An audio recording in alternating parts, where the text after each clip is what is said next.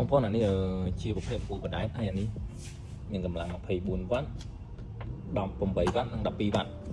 ហើយពូប្រភេទអានេះជាប្រភេទLO ប្រភេទ LO នេះជាប្រភេទល្អប្រើបានយូរឆ្នាំអានេះប្រើយូរឆ្នាំ2 3ឆ្នាំក៏នៅតែពលឺវាវ៉ាត់របស់វាក៏ធ្លាក់ដែរហើយវាអត់ក្រហមវាអត់ស្អាតទេហើយវាមានពីរប្រភេទបងប្អូនវាមានប្រភេទ OB និង OL អានេះប្រភេទធម្មតាហើយអានេះប្រភេទល្អ OL អានេះពលឺរបស់វាភ្លឺខ្លាំងណាស់ភ្លឺស្អាតហើយវាមានទាំងអស់ហ្នឹងវាមានទាំងប្រភេទ3ពណ៌និងប្រភេទ1ពណ៌អានេះ3ពណ៌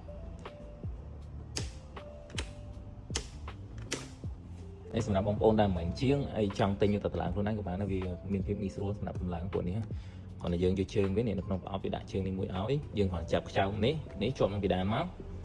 បន្តមកទៀតយើងនេះដាក់ចាប់មកនេះវាមានប្រហោងសងខាងនេះយើងចាប់ខ្ចៅឲ្យចូលអារុនវានេះមកនេះមួយជើងហើយខាងនេះមកឯខ្ចៅវាថែមឲ្យមកប្រអប់មកអញ្ចឹងសម្រាប់បងប្អូននៅបណ្ដាខេត្តផ្សេងៗអាចធ្វើការកម្មង់បានតាមរយៈលេខ077 9គុត9494យើងមានសេវាដឹកជញ្ជូនទាំង25ខេត្តក្រុងមានលក់បោះដុំនិងលក់រាយអរគុណ